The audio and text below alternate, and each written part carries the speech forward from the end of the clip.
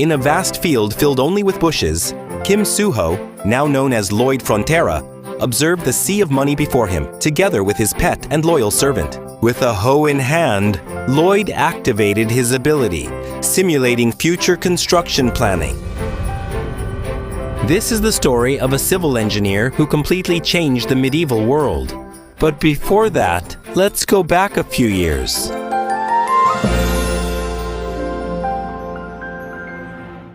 You have been randomly chosen by an absolute being as a candidate.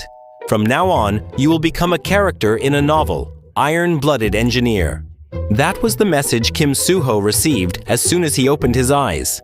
At that moment, he realized he had entered the fantasy world of the novel he read last night. However, he was confused as to why he was lying on the ground. He stood up, his body trembling. His mouth was stiff from sleeping on the street. The system mocked him. It stressed him out, and Lloyd tried to hit it. When he finally realized it, he knew that he had possessed someone else's body. His bodyguard, who had been searching for him everywhere, finally found him. He was the main character in the novel, Javier Azrahan. Lloyd immediately recognized him because his appearance was exactly like the illustration in the novel. In the story, Javier's reputation as a swordsman spread across the entire continent. However, at first, he was just an unknown knight working in the countryside. When Lloyd realized that he was Lloyd Frontera, the troubled young man, he felt very upset. Seeing this, Javier said that he never called him a troubled young man. But he was glad because Lloyd had self-awareness. When they arrived at the family home, Javier was warming himself in front of the fireplace while asking if Lloyd really didn't remember what had happened. It turned out that Lloyd drank until he was dead drunk, destroyed the bar, and managed to get home only by following his instincts.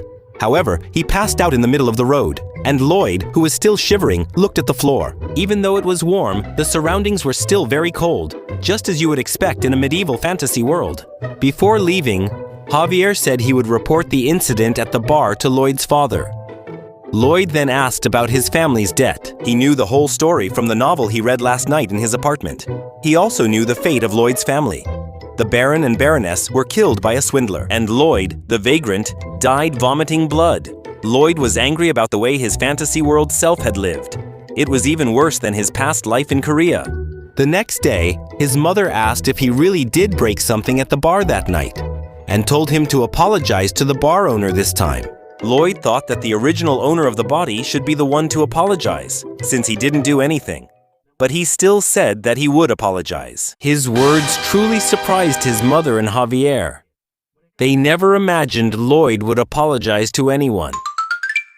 In the city, a man who was working saw Lloyd and his bodyguard walking through the city.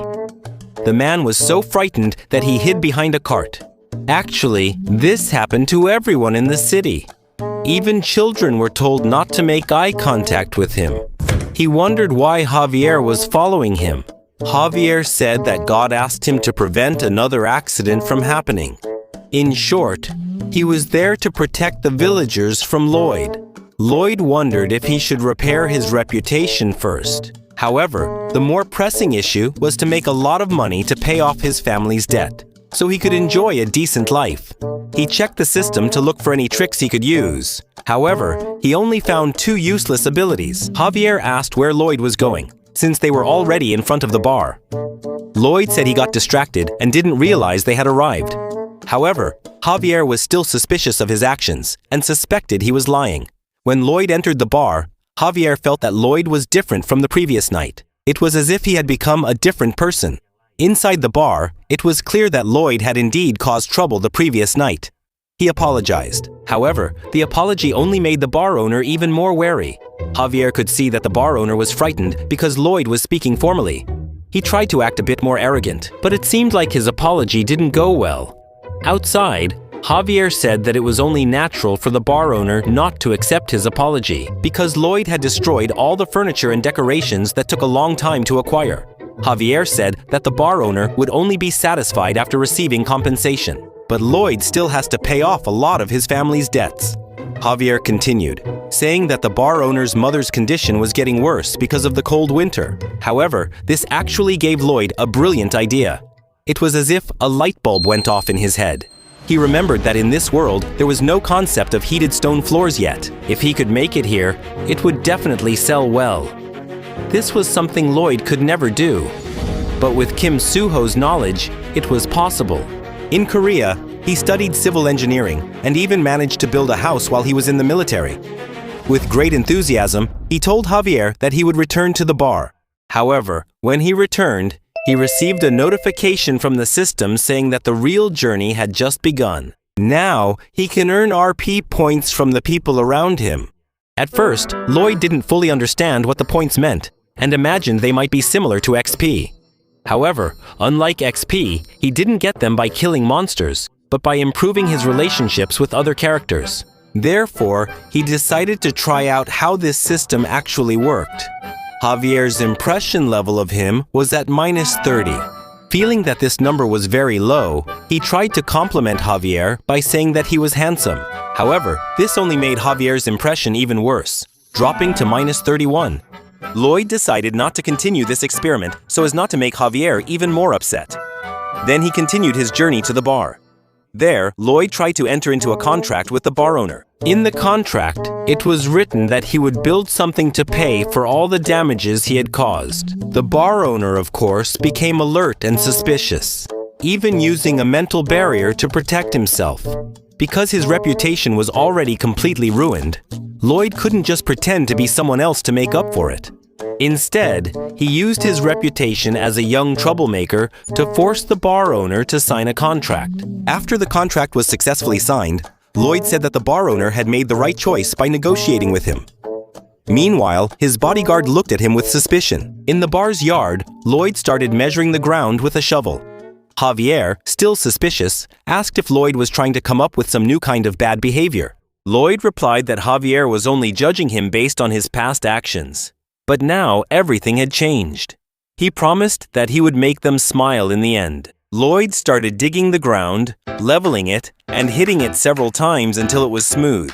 Then, he built a house structure using wood from his family's shed. A week later, the house foundation was almost finished.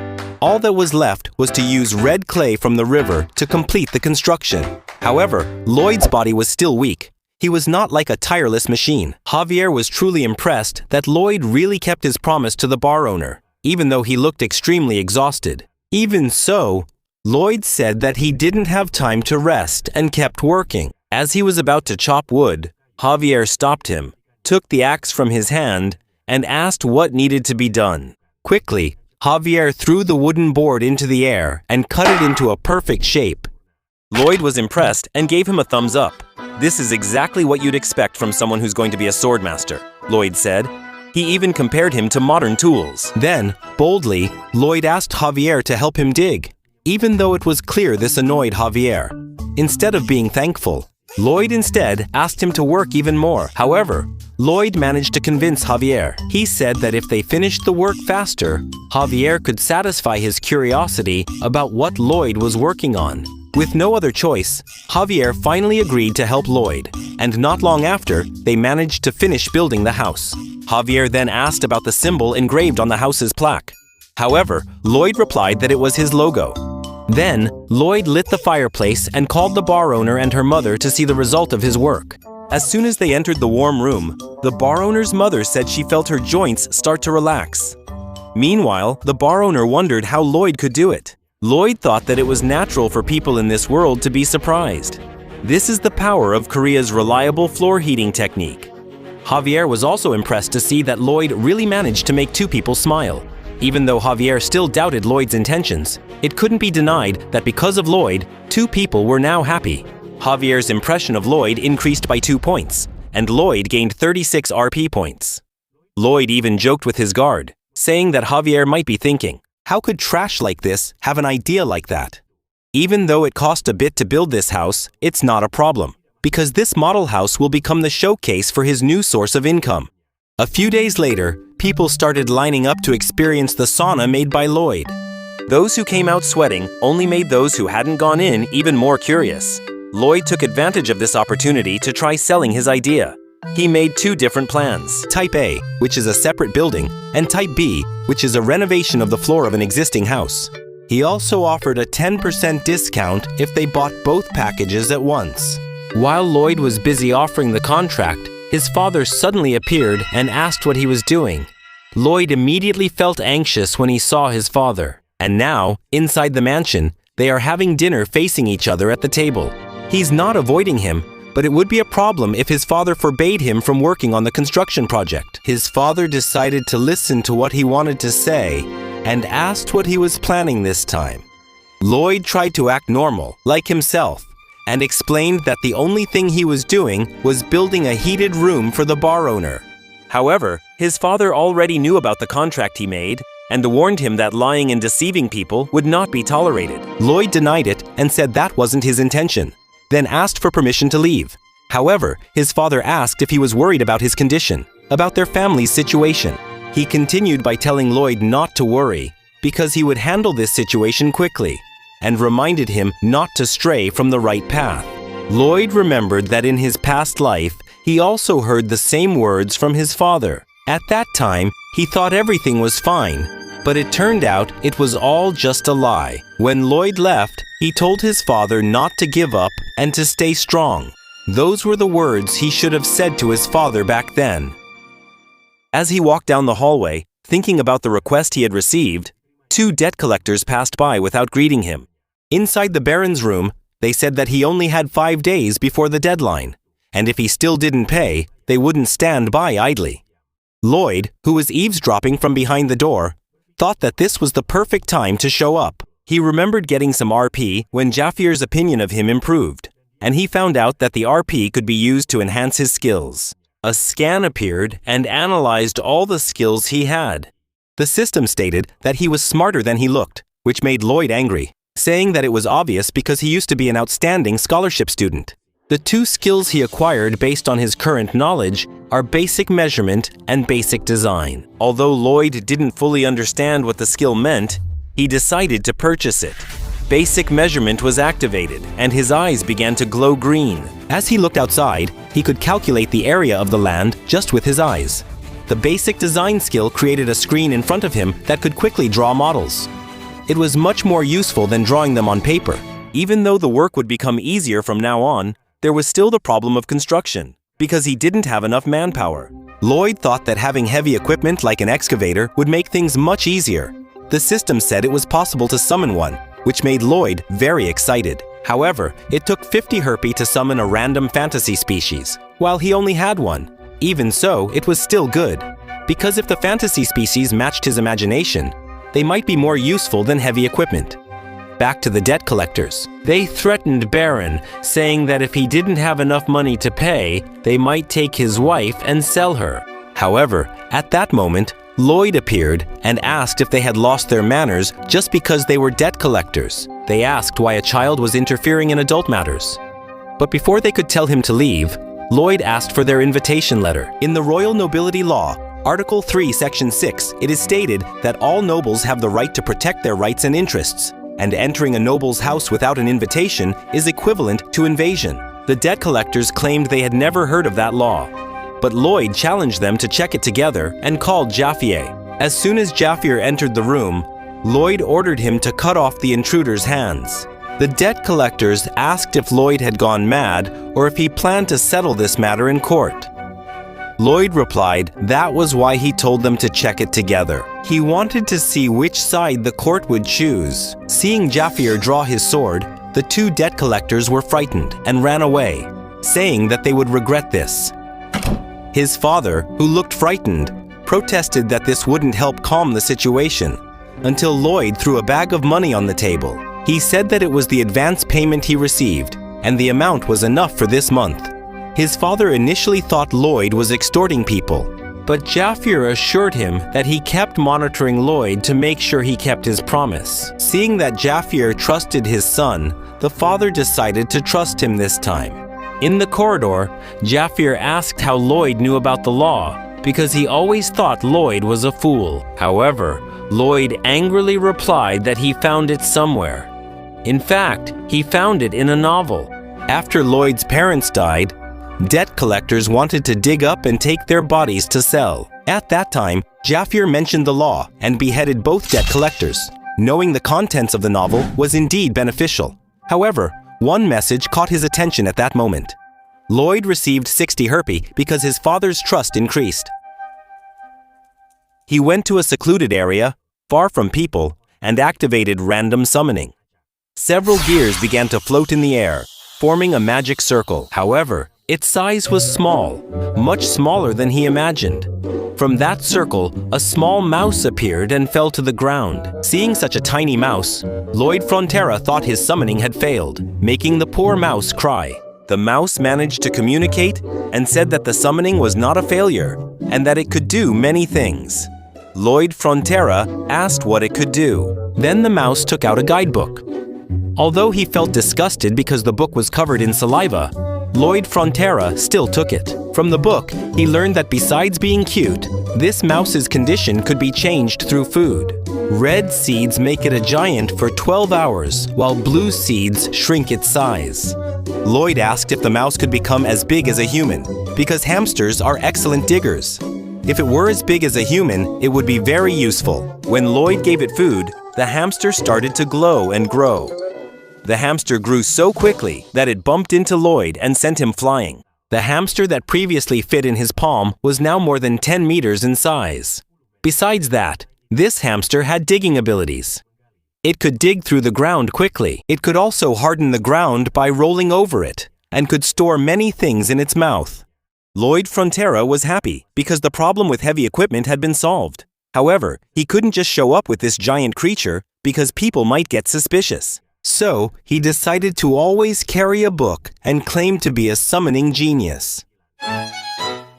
The next day, Lloyd gave instructions to the workers with his slogans. He made everyone repeat them with him. Safety first. The team of 30 people clearly looked unmotivated to work, even though they still got paid even if they didn't work. Lloyd Frontera wondered why Baron hadn't fired them from the start. But this actually worked to his advantage, because there were no additional labor costs. To try to motivate them, Lloyd Frontera gave a motivational speech while pointing at a handful of soil. He said that he spent the night digging up that soil and asked them to take it to the construction site. In reality, it was actually a giant padong rat that dug it up in just 30 minutes. However, even with that speech, the workers still weren't motivated at all. Lloyd thought this was a normal reaction, because people just don't like to work. Suddenly, he was stopped by a senior knight, Nauman, who asked what he had just ordered the troops to do. He had already expected this man's presence. There are 3 knights living on this property: Nauman, Biron, and Jaffier. At the beginning of the story, Byron and Jaffier remained loyal until the property was destroyed. But the man in front of him was the first to betray the Baron. Lloyd asked what he was doing. Nauman replied that he didn't believe Lloyd ordered his soldiers to do the dirty work. And as the head knight, he couldn't accept it. Lloyd Frontera said that he already had approval from the Baron. But Nauman kept bringing up the past and accused Lloyd of using the soldiers for personal gain. Lloyd asked if Nauman wanted to get hit, which immediately stressed the man out. Lloyd then made the first move by throwing sand into Nauman's face. Everyone who saw it was shocked. Meanwhile, the guard asked if Lloyd really just tried to tarnish his reputation. Lloyd Frontera pretended not to hear. Then he immediately challenged Nauman to a duel. Upon returning to the residence, Jaffier asked if Lloyd was sure he could defeat Nauman. His opponent was a man of strong resolve and was known as an expert swordsman. Meanwhile, Lloyd Frontera was just a miserable person. How could he possibly think of winning against Nauman? Jaffier started to get annoyed because Lloyd kept teasing him. He almost swung his sword at Lloyd. He tried to analyze the act of defeating, but everything Lloyd did seemed very strange. After picking his nose casually, Lloyd asked Jaffier to teach him swordsmanship. Jaffier firmly refused. He said that he would never teach swordsmanship to someone like Lloyd, because he was worried Lloyd would misuse that skill against those around him. Lloyd Frontera had already anticipated that rejection. That's why he offered to cure Jaffier's insomnia. Jaffier was surprised and asked how Lloyd knew about it. It was as if Lloyd had answered the question by reading his mind. Lloyd Frontera replied that he read it in a novel. In that story, the ranks of the knights are divided into 4 levels, and Jaffier is at the sword expert level. Soon, he will rise to the highest level, which is Swordmaster. The cause of Jaffier's insomnia is because his nerves have already reached the level of a superhuman. Jaffier finally agreed to the contract offered by Lloyd, but he will only teach swordsmanship if Lloyd can make him sleep. Jaffier added that he had already tried various methods to overcome his insomnia, from cognitive behavioral therapy, herbal medicine, to aromatherapy. Even though he had tried many things, within minutes after that, Jaffier was already asleep like a baby, hugging his pillow tightly. The method used by Lloyd Frontera to make him sleep turned out to be very simple. Just like the way a boring teacher in class does, he talked so much that eventually Jaffier fell asleep. After Lloyd kept his part of the deal, all of Jaffier's sword techniques would become his. The next day, Jaffier, who now felt refreshed after a good night's sleep, told Lloyd Frontera to start training by running 50 laps. Surprisingly, Lloyd started running without complaining. As he finished the first lap, Lloyd said he hated doing this. However, on the second lap, his attitude started to change. He really didn't expect that he could do it without complaining. On the third lap, Lloyd revealed his plan. He said that Jaffier might say something like, "You're not cut out for this," and then ignore his training. While Lloyd kept bothering Jaffier with his antics, he received a skill from the system that asked him to hit himself, but Lloyd decided to ignore it. It would be a lie if Lloyd said he wasn't tired. However, this was nothing compared to his previous life. He had no family and woke up alone every day. He worked carrying bricks up to the 4th floor of a building every day, and at night he unloaded truck cargo. He did all of that just to survive, hoping that one day everything would get better. Compared to that pain and despair, this training was nothing. Seeing Lloyd's determination and sincerity, Jaffier finally decided to teach him his sword technique. Inside the mansion, Nauman spoke with the Baron. He was disappointed because the Baron's son dared to insult someone who had protected their family for so long. The Baron hoped his son could be more rational, but it seems he was wrong.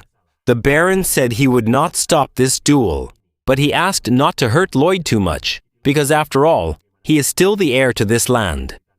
Nauman accepted the request, but his true intentions were completely different. He planned to kill Lloyd in the fight. If the Baron dared to protest, he would kill the Baron and his wife, then make it look like they committed suicide. Everything went according to his plan. A month later, the long-awaited fight finally began. The Baron and Baroness, along with the servants, watched anxiously. Nauman asked if Lloyd Frontera was ready. Carrying only a shovel, Lloyd replied that Nauman better get ready to be pummeled. Everyone watching the fight from outside wondered if Lloyd was really going to fight with just a shovel. Jaffier explained that he was the one who asked the blacksmith to forge the shovel. His father felt very disappointed, thinking that Lloyd was making a joke out of a serious situation. However, Jaffier, who had been observing Lloyd for the past month, doubted that he was just playing around. Early in the morning, Lloyd did basic training without complaining. After that, he went to the construction site to teach the villagers about engineering techniques. Then, he practiced swordsmanship until he fell asleep at night. Someone who was so dedicated for a whole month couldn't possibly be just joking around. Jaffier was sure that Lloyd was serious about this fight. The Baron started the duel between them, and Lloyd Frontera started the fight with an attitude that seemed completely ordinary. Nauman, who was already feeling angry at him, was the first to attack. However, his attack was successfully blocked. Both his father and Jaffier were surprised to see Lloyd able to block Nauman's first attack. And it wasn't just luck, because Lloyd kept successfully blocking the next attacks. Jaffier was amazed by the incredible efficiency of Lloyd's movements. It felt like a sword technique that had developed over many years. In reality, it was a modern technique. That is, the bayonet attack, something that all Korean men learn in the military. Even the use of a shovel as a weapon is not random. Besides being used for defense, the shovel can also be used for offense. For this fight, Lloyd Frontera came fully prepared. First, he prepared his shovel. Second, he mastered basic sword techniques. And finally, he has the ability to synchronize tools for digging. He managed to buy it thanks to the help of Jaffier and his parents. That's when Nauman showed why he is one of the Baron's knights. He began to accelerate the flow of mana in his body using his mana heart. He was truly ready to attack this time. He advanced very quickly toward Lloyd Frontera. Even Jaffir felt it was impossible for an ordinary person to withstand an attack from someone who has a mana heart. But of course, Lloyd is not an ordinary person. Even though Nauman attacked with full force and intended to kill, Lloyd Frontera managed to block his sword. Nauman was confused, feeling as if his body was sinking. This is the fourth ability that Lloyd had prepared. The Azrahan Core Technique. The technique that made Jaffir the strongest man in the novel. Nauman quickly realized that the mana from his attack had been absorbed. He swiftly pulled back his sword. But Lloyd took advantage of this opening to strike his face. The punch was so strong that one of Nauman's teeth was seen flying out. And then he took another hit. Everyone around was shocked. Lloyd had really won. His father immediately ended the duel. But Lloyd's anger hadn't subsided yet. He kept beating Nauman, who was already lying on the ground. His father got angry and ordered him to stop, saying that Lloyd must not tarnish the honor of a knight. Some soldiers tried to stop him, saying that the duel was over. Another knight from the family commented that Lloyd was out of control. Lloyd claimed he had calmed down and asked the soldiers to let him go, only to hit Nauman again right after that. Jaffir, who was observing more closely, realized that Lloyd was only hitting in places that wouldn't cause serious injuries. His calm face showed he had planned this from the start. 5 days before the duel, Lloyd Frontera approached him to ask him to teach the Azrahan mental technique. This surprised Jaffir because he created this technique himself, and no one else was supposed to know about it. Lloyd confirmed that this technique could draw mana from the surroundings and turn it into his own mana. Jaffir asked how he could know about the technique, but Lloyd shamelessly lied, saying that Jaffir talked about the technique in his sleep. Jaffir refused to teach the technique because it was not yet perfected. However, Lloyd insisted that he could perfect it. He explained that if someone absorbs mana from outside and puts it directly into the mana heart, the heart will reject it and blast it back out because it cannot mix. The solution is to concentrate the mana separately and move it around the mana heart. Jaffir thought this might actually be possible and asked how Lloyd came up with the idea. But Lloyd just boldly answered that he imagined it would work. That day, Jaffir managed to perfect the technique he had long been worried about, and on his first attempt, he succeeded in creating 3 mana circles. However, Lloyd said that he wasn't interested in creating a mana heart. All he wanted was to learn how to absorb mana from his surroundings. It was enough for him to absorb whatever he could touch. With this ability, Jaffir was confident that Lloyd could defeat Nauman, and Lloyd won brilliantly. His father once again told Lloyd to stop, reminding him about the reputation of a knight. However, Lloyd told him to look under the tablecloth and then judge whether Nauman deserved to be called a knight. When the Baron checked, he found several letters. The contents of the letters revealed all the family's secrets, from the state of their property to the Baron's likes and dislikes, and even instructions on how to forge documents. All the information Nauman had shared so far was there. Nauman was shocked and wondered how Lloyd could have found it, since he had hidden the letters inside the wall. But Lloyd, who already knew how the story unfolded in the novel, already knew where the letter was hidden and sent his hamster to retrieve it. Seeing his father truly shaken, Lloyd offered a way to get rid of Nauman. He suggested throwing a vicious rat at his head, then kicking him off the property, or demoting him to an ordinary knight, giving him time to reflect on his sins. The people around were confused as to why Lloyd wanted to throw a rat at him, since a small rat wouldn't hurt Nauman.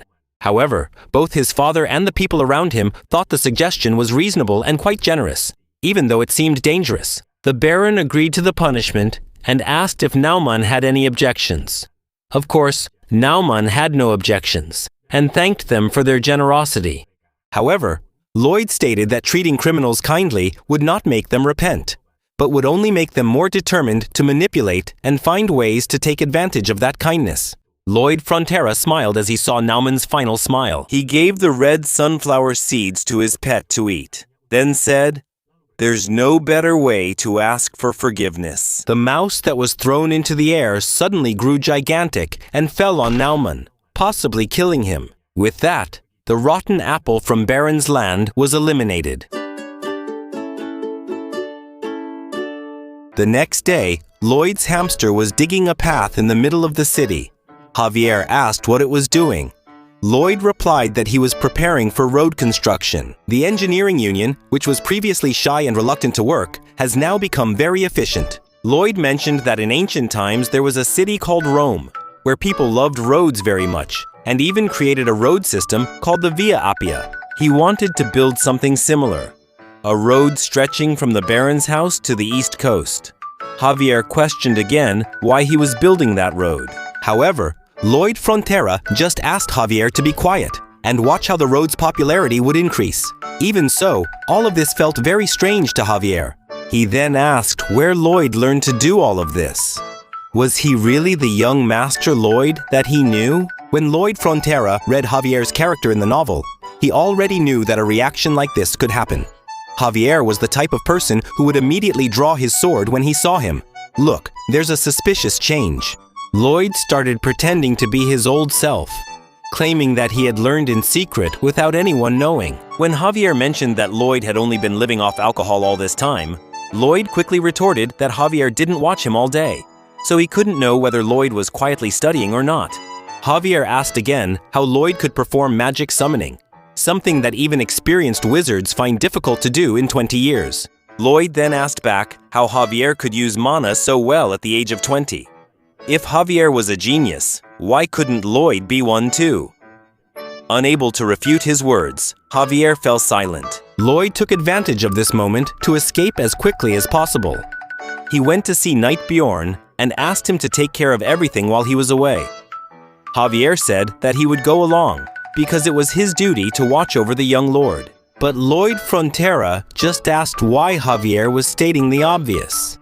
Javier then asked where they were going. Lloyd replied that they were going to a faraway place to collect an unpaid debt. In a small remote town in the Ruania region, a con artist from Tort Real Estate was very stressed because he had lost a lot of money. His bodyguard said that it was a common thing because the con artist actually made money by gambling. The bodyguard also threatened that if the con artist didn't have enough money to pay him, he would have to leave. The con artist was scared, promised that he could still pay, and begged his bodyguard not to leave. He said that he could still make money by scamming other people again, but since many people were looking for him, it was better for him to hide for a while. At that moment, Lloyd Frontera kicked the bar door open. The con artist asked what happened to Lloyd. However, when Lloyd introduced himself as Lloyd Frontera, the man was shocked as if he had seen a ghost. The con artist immediately ordered his bodyguard to run with him, and with a single leap, he jumped through the bar window. However, when he arrived in the alley, there was already a man waiting for him there, Javier. He ordered the bodyguard to hand over the con artist and leave. If he refused, he would be considered an accomplice. The bodyguard didn't want to give up that easily. As he prepared to cast magic, he asked if Javier even knew how to use a sword. Lloyd Frontera, who was watching the fight from the broken window, said that in the novel, after losing the Baron, Javier sought revenge and fought this bodyguard. That bodyguard was the first evil dark mage Javier faced, and he had to fight against gravity magic. The dark mage then used his gravity magic and directed it at Javier. Although Javier managed to defend against it with his sword, the magic expanded and created a gravity field around him. The dark mage then activated his gravity magic, forcing Javier down and cracking the ground beneath his feet. When Javier fought this man in the novel, he had only reached expert swordsman level. But now, Javier has 3 mana circles and easily cuts through the gravity magic. Seeing that it was impossible to face him directly, the dark mage fled, saying that it wasn't part of the contract. Javier then asked if the scammer knew what would happen if he committed a crime.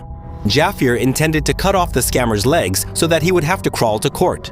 However, at the last second, Lloyd saved the scammer, stepping in during the attack and stopping it. Lloyd shouted at Javier, saying that if they took this matter to court, the punishment for the scammer could be death. Javier was surprised because Lloyd had just shown kindness to someone else. They tied up and locked the scammer in a room. Seeing his anxious expression, Lloyd Frontera told him not to be too afraid because he wouldn't kill him. After all, if he did, the person who lent him money would definitely make a fuss. The scammer asked if Lloyd Frontera would forgive him. Lloyd replied that he wouldn't take him to court, but he expected compensation in the form of money. However, because the scammer didn't have any money to pay, Lloyd Frontera had another way to forgive him. All he had to do was sign this contract, and that was it. The scammer asked, "What kind of contract is this?" Lloyd explained that it was just a regular work contract, and he would be paid, of course. however, 80% of his salary would be used to pay off the debt, which had to be settled after 520 years. This shocked the scammer and Javier. It's clear that Lloyd wasn't there just to sympathize and forgive. Lloyd Frontera thought that he was never crazy enough to kill someone who owed him money. He would squeeze every last cent out of him for the rest of his life. The scammer asked how Lloyd could make such an unfair contract. however, When Lloyd Frontera threatened to take him to court, he finally signed the contract immediately. Back in the carriage on the way to the city, the con man was still tied up. Javier mentioned that thanks to this con man's money, they didn't have to worry about interest for a few months. however, Lloyd Frontera corrected Javier, saying that he would use all that money to invest in labor costs, because the 30 soldiers they had were not enough. A few days later, we see Lloyd Frontera recruiting employees. The line that formed was very long, stretching several meters. He asked Javier if this person really hated him. He was sure they did hate him. But because he sold Endall at a lower price and was firm in punishing traitors, people began to see him as someone trustworthy and capable. A man in front of him asked where he could sign the contract. however, He first expressed his gratitude because his son no longer had to worry about being cold in the winter thanks to Lloyd. Lloyd Frontera felt embarrassed because he was only satisfying his own greed. The man continued, saying that he had a relative from another city who wanted to buy Endall. Lloyd Frontera had already expected this to happen because he didn't build Endall without a reason. Now, he would raise the price citing travel expenses and make a lot of money from them. In the mountains, Lloyd told Javier that one day this mountain would be completely barren because Endall consumes a lot of resources. The trees here won't last long. That's why he canceled the construction of the Appian Way. At the end of the road, there's a reserve of bitumen stone that they will extract and sell at a high price. If Endall wins broad approval, other countries won't be able to reject it. Of course, people in their city will get a discount, even if it's just a little. Lloyd asked if Javier thought this was unfair, but he explained that if he didn't do this, he wouldn't be able to pay off his family's debt. Javier agreed with this, but mining there is impossible because it has already collapsed once.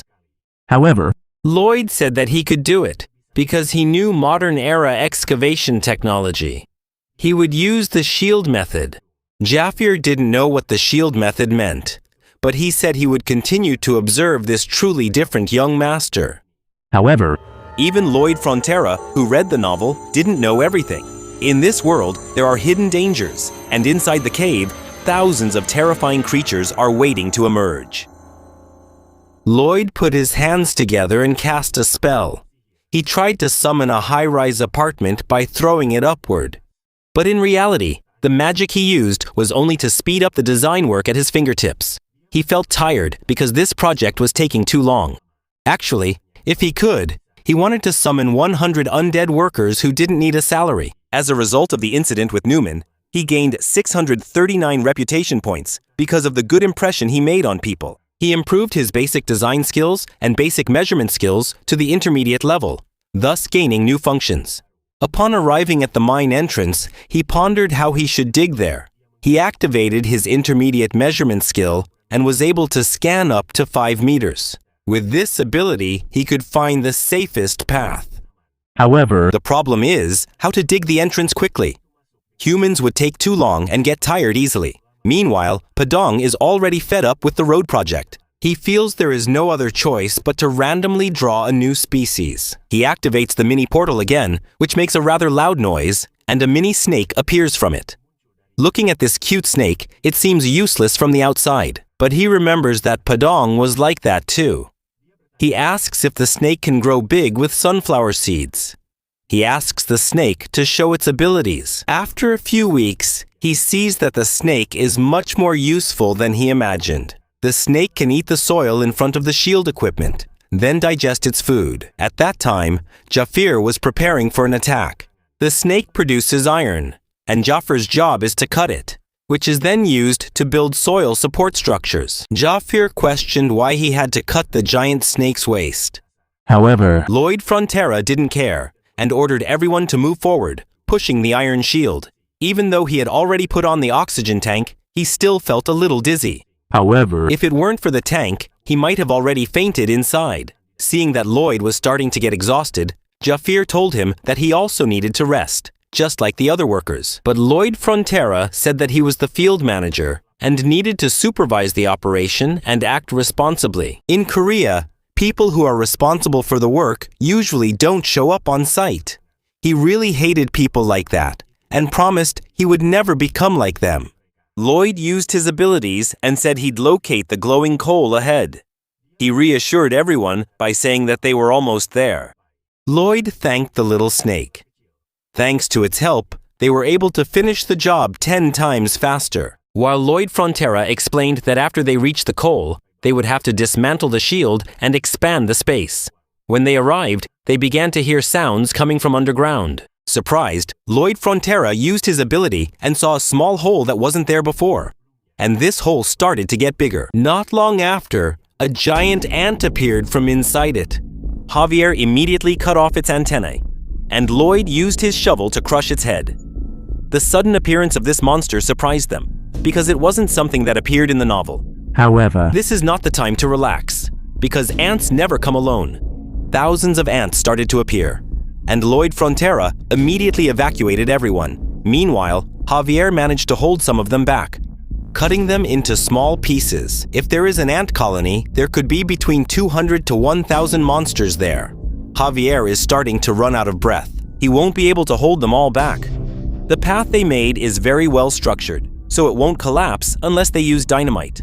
The situation looks very complicated, so Javier slapped Lloyd's face to snap him out of it and keep him from panicking. Lloyd, who kept trying to find a solution, finally came up with another brilliant idea. He told Javier that they would attack directly and enter the ant tunnel. Even though Javier thought this was ridiculous, there must be a reason behind it, so they went ahead with the plan. At the residence, Baron received news that monsters had attacked the mine. He immediately put on his armor set. Javier put on his own and told everyone to head to the mine right away. Meanwhile, Javier kept fighting the ants. He asked how many more they would have to face. Both of them were already surrounded by the ants. Lloyd Frontera realized that Javier had reached his limit. He used his ability to detect methane gas somewhere underground. If they could find it, they could create a large mine and use a large-scale explosion to deal with the ants. He managed to find the source of the gas and started digging to release the methane gas. With Javier protecting him, everything seemed to be going well. however, Suddenly they heard a very loud scream. The ant queen finally appeared. Seeing the size of the ant queen, Javier felt he couldn't face it. however, In this situation, he had no choice but to push beyond his limits. He managed to endure and fight back against the ant queen's attack. While Javier was fighting, Lloyd Frontera kept digging until he finally found methane gas. He told Javier to get out of there immediately and run to the entrance. Carrying a still-burning torch, they ran through the tunnel filled with ant corpses. After getting far enough away, Lloyd threw the burning torch toward the gas channel. The ant queen tried to attack them, but was caught in the huge explosion caused by the gas. Not only her, but all the ants in the cave were also trapped in the explosion. Outside, people heard the sound of the explosion and a strong tremor coming from inside the cave. Baron was worried about his son's condition and tried to enter the cave, but was stopped by his guards. Inside the cave, both of them survived the explosion, but Javier and the mini-snake had already fainted. What's worse, the cave entrance was blocked. Realizing that they were trapped and would soon run out of oxygen, Lloyd Frontera used his ability to see through walls.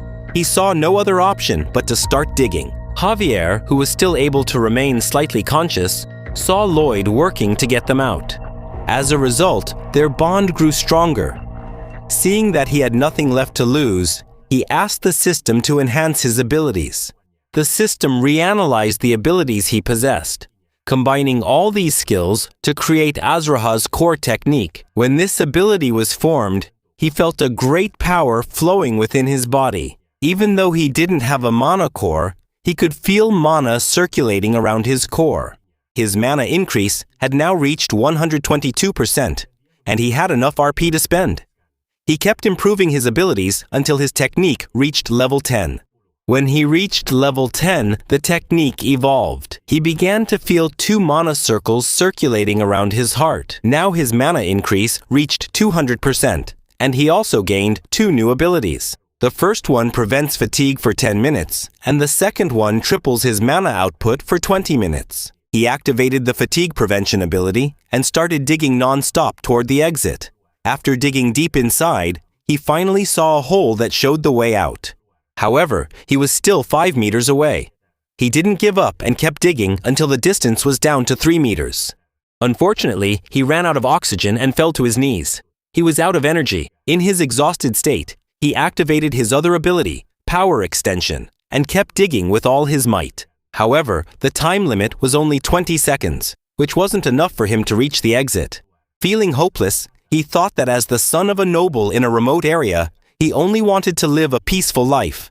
Unfortunately, he almost died after trying so hard. As he was about to accept his fate, Padung appeared and made a small hole. This small hole was enough for him to breathe and regain his strength. Even though he was tired, he got back up. He held on to the hope that a peaceful life as a noble awaited him just ahead. Inside the cave, the Baron's group explored it, even the deeper parts, searching for the 2 of them, until he saw his son carrying Jaffier on his back. He, who had pushed beyond his own physical limits, was able to create a third ability that allowed him to survive until he got there. Seeing that he had finally reached his goal, Lloyd Frontera fainted in his father's arms. The next day, people in the town talked about what had happened. Those who thought Lloyd was just a spoiled child were impressed by his determination and courage to persevere, fight the ants, and save all the workers. Back in his room, Lloyd slept under Jaffier's supervision. As soon as he opened his eyes, a message from the system appeared, saying that people were impressed by his bravery and heroism. He quickly became a hero and received 500 RP as a reward, which made him very happy. The next day, the workers became even more motivated in their mining activities. When they saw Lloyd arrive, everyone started greeting him and thanking him for saving them. Now they see him as someone who saved their lives and think that he is different from other nobles. 2 weeks have passed since the incident, and although nothing significant has happened, Lloyd Frontera still decided to prioritize safety and conduct inspections around the mine. Javier asked why he was doing this dangerous thing himself when he could have just sent one of the workers. However, Lloyd Frontera called him foolish. He has to take responsibility for dangerous tasks so that people won't complain even if he spends a lot of money. They reached the end of the tunnel, and Javier told them to go back. But Lloyd Frontera seemed to see something worse and started digging to investigate, because there might be ant eggs that haven't hatched yet. However, what he found was something unexpected. An orc was trapped along with several other animals. They were probably being kept to be eaten later. Javier said the orc looked dangerous and intended to deal with it immediately. But he was stopped by Lloyd Frontera. Lloyd asked if the orc was already dead. But Javier explained that ants have a habit of only paralyzing what they're going to eat. Lloyd gave a sly smile and said that this was an amazing gift. Back at the residence, the orc had already woken up. His name was Heros, and he said that he would never forget Lloyd as his savior. Heros, the son of the orc tribe leader, declared that he would do anything for Lloyd because he had saved him. In fact, that's the reason why Lloyd helped this green orc. Lloyd asked for 120 orc workers to help in the mines, but his request was rejected by the orc. Orcs are warriors, and only another warrior can give them orders.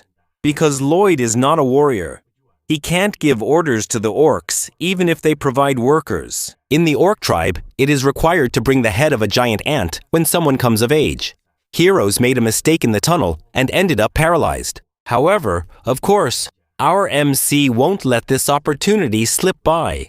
Before anyone else, he congratulates Heroes for becoming an adult orc. The gloomy heroes said that he couldn't catch the giant ant. Then Lloyd Frontera said that they had caught the ant queen together, showing her trapped head. The orc said that he didn't remember catching such a big ant, but the liar said that it was truly a shocking sight, because when he entered the ant tunnel, the ant queen trembled in fear. While Jafir listened to that disgusting lie, the orc believed that they were both great warriors and had caught the queen together. Lloyd mentioned the request for 120 workers again. This time, the orc said that he would recruit them. A week later, in the Iron Sand Tribe village, Lloyd Frontera, who had traveled a long way there, found out that the orc leader rejected his request. Surprised, he asked why. The orc chief explained that they needed to hunt every day, and if they didn't eat protein immediately after hunting, they would lose muscle strength. Jafir said that this orc is a bodybuilding maniac, so it would be impossible to convince them.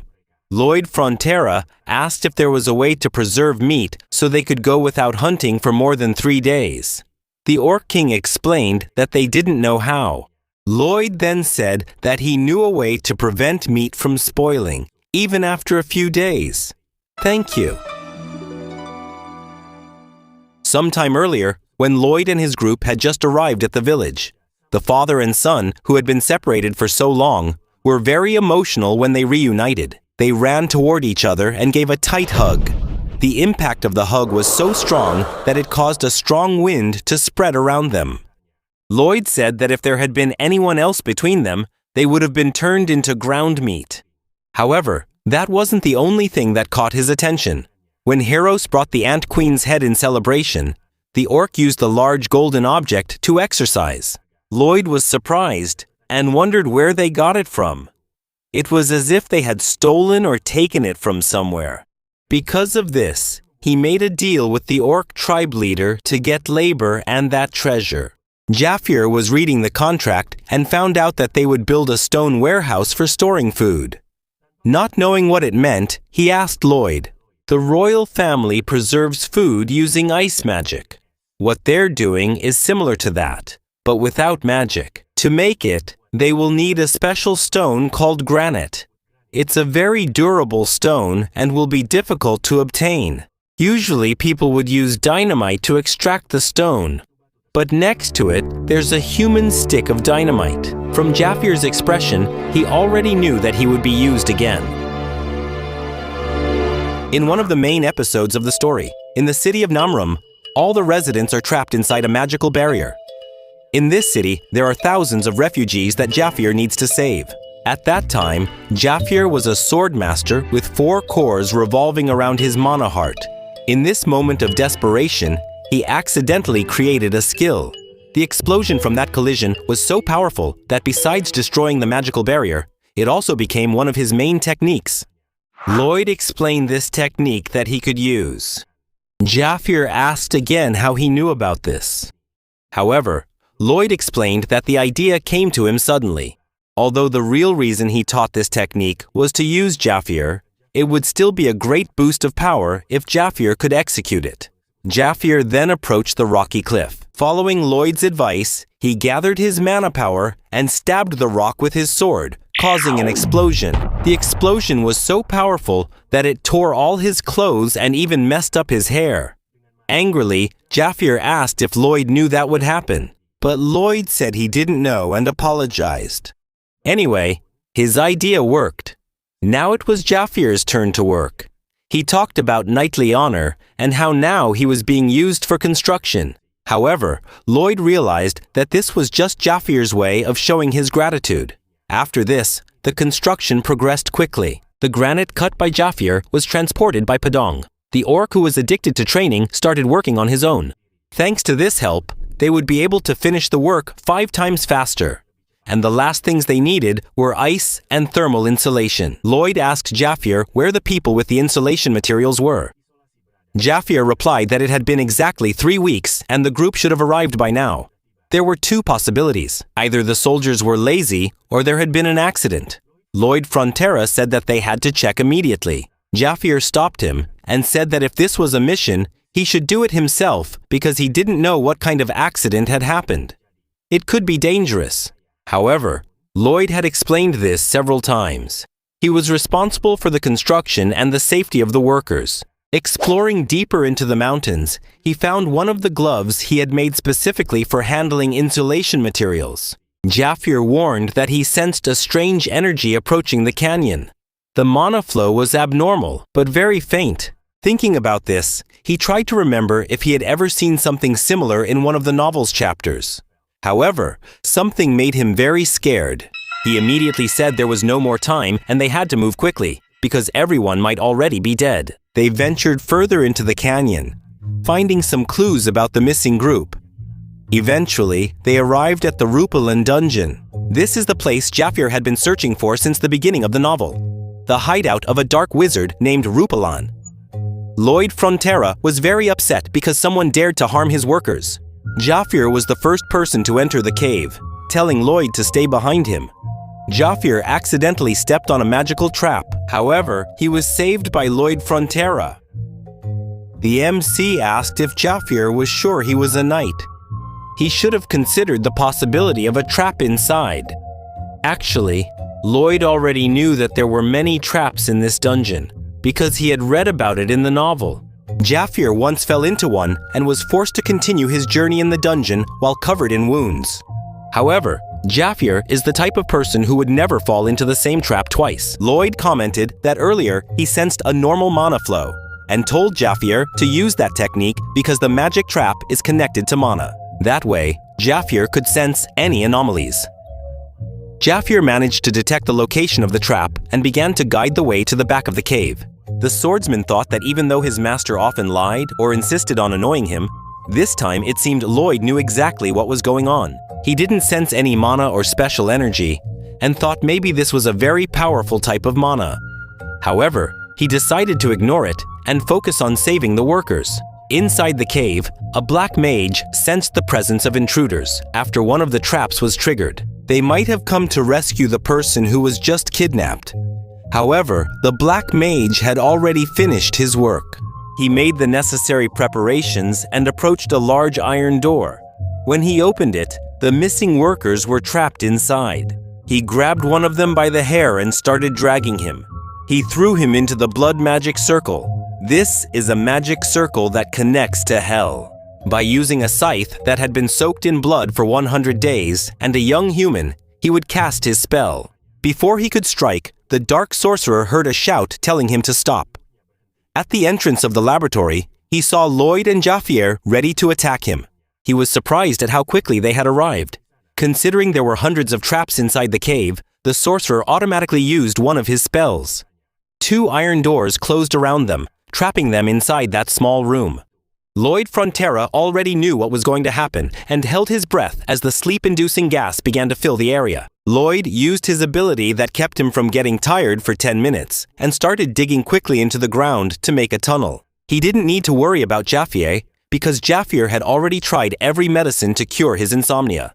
That's why the sleeping gas wouldn't work on Jaffier. Seeing Lloyd digging a hole under the door, he looked like a giant rat. Jaffier would keep that memory to tease Lloyd later. When Lloyd finished digging the hole, he called Jaffier to finish it, preparing a magic explosion to surprise the dark wizard. The big explosion worked, and the dark wizard was very surprised to see it. When Lloyd Frontera emerged from the hole in a terrifying way, the wizard decided to summon a creature to fight them. A 2-headed monster came out of the circle. Even though this monster was one of his failed creations, it was still very powerful. Seeing the giant creature in front of him, Lloyd tried to tell Jaffier the monster's weak point. However, by using a blast wave, Jaffier managed to make a cut that tore the monster in 2. Even Lloyd was impressed, because he didn't know that explosions could be used as propulsion for cutting. This was a technique that wasn't even in the novel. Seeing the swordsman easily overcome his monster, the black mage felt hopeless because he couldn't defeat them. Lloyd Frontera approached him and asked how he intended to compensate for the 2-week construction delay caused by the kidnapping of the soldiers. The black mage knelt down, begging for forgiveness. In his mind, all he wanted was to survive. However, Lloyd Frontera didn't care about his apology and asked about compensation. With no other alternative, the Black Mage offered all of his magical items. Lloyd was quite pleased that all those items would be gone. While Javier was rescuing the soldiers, Lloyd asked what he intended to do with the kidnapped soldiers. The Black Mage was studying the resurrection of the dead, trying to bring his deceased wife and child back to life. He worked as a mage at the Lord's residence. But one day, the Lord tried to take them away from him. Lloyd cut his story off halfway. He wasn't interested in listening to it. Lloyd Frontera asked if the Black Mage really thought that bringing his wife and child back to life after killing hundreds of people would bring any good. Because of his selfish goal, he had destroyed many other happy families. After doing that, he could only be judged as a serial killer.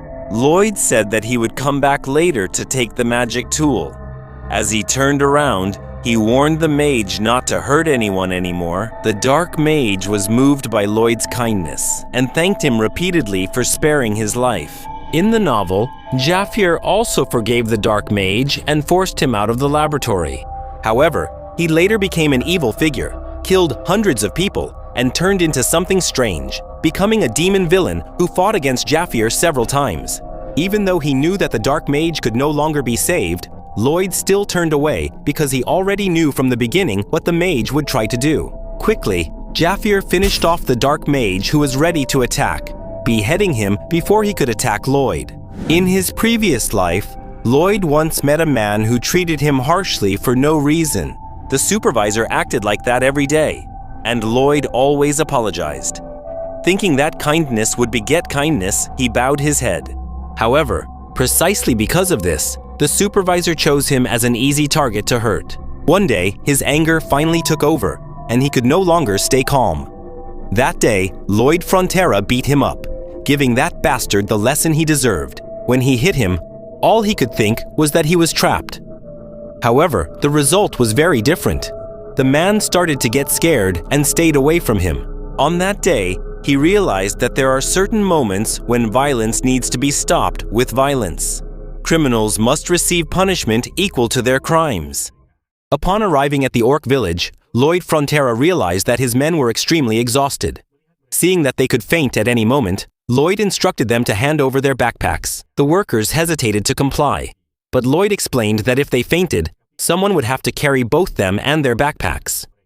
In fact, the young master took the backpacks from all the workers, tied them together, and declared that if anyone complained from now on, they would not receive a bonus. Jafier wasn't sure if Lloyd did this just for the backpacks or also for the soldiers. However, that didn't matter much to them because all the soldiers saw Lloyd as a trustworthy leader to follow. The system sent a message asking if he didn't find this beneficial. But for Lloyd Frontera, the only reward for him was money, nothing more. When they reached Orc Village, the ice stone warehouse was already built. Inside, the young orc noted that the room was indeed a bit colder than outside, although not enough to prevent meat from spoiling. Lloyd said that it was still incomplete because they lacked enough ice to cool the area. Kiros asked how he was going to get ice, considering the area where they lived was very hot. With a smile, Lloyd said he would get it by any means, which made Orc doubt him, thinking that he had brought a fraud into the village. However, the young orc decided to trust him, since his savior shouldn't be a bad person. After Orc left, Jafier asked how Lloyd would make ice. However, that was something even Lloyd Frontera himself didn't know. Jafier questioned why he signed the contract without a plan. But Lloyd explained that to succeed, we have to make the impossible possible.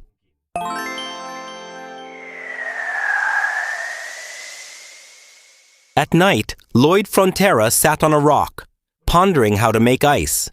First, he made a mold and asked his pet to fill it with water.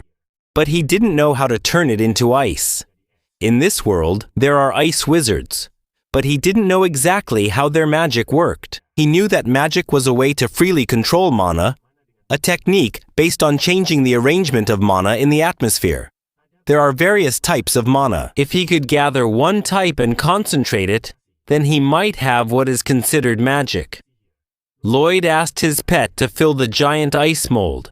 Even though he couldn't use mana freely, he could still do something similar. By placing his hand in the water and using the Azrahan core technique, he would try to draw only the warm mana and leave the cold mana in the water. On his first attempt, he actually did the opposite and drew only the cold mana.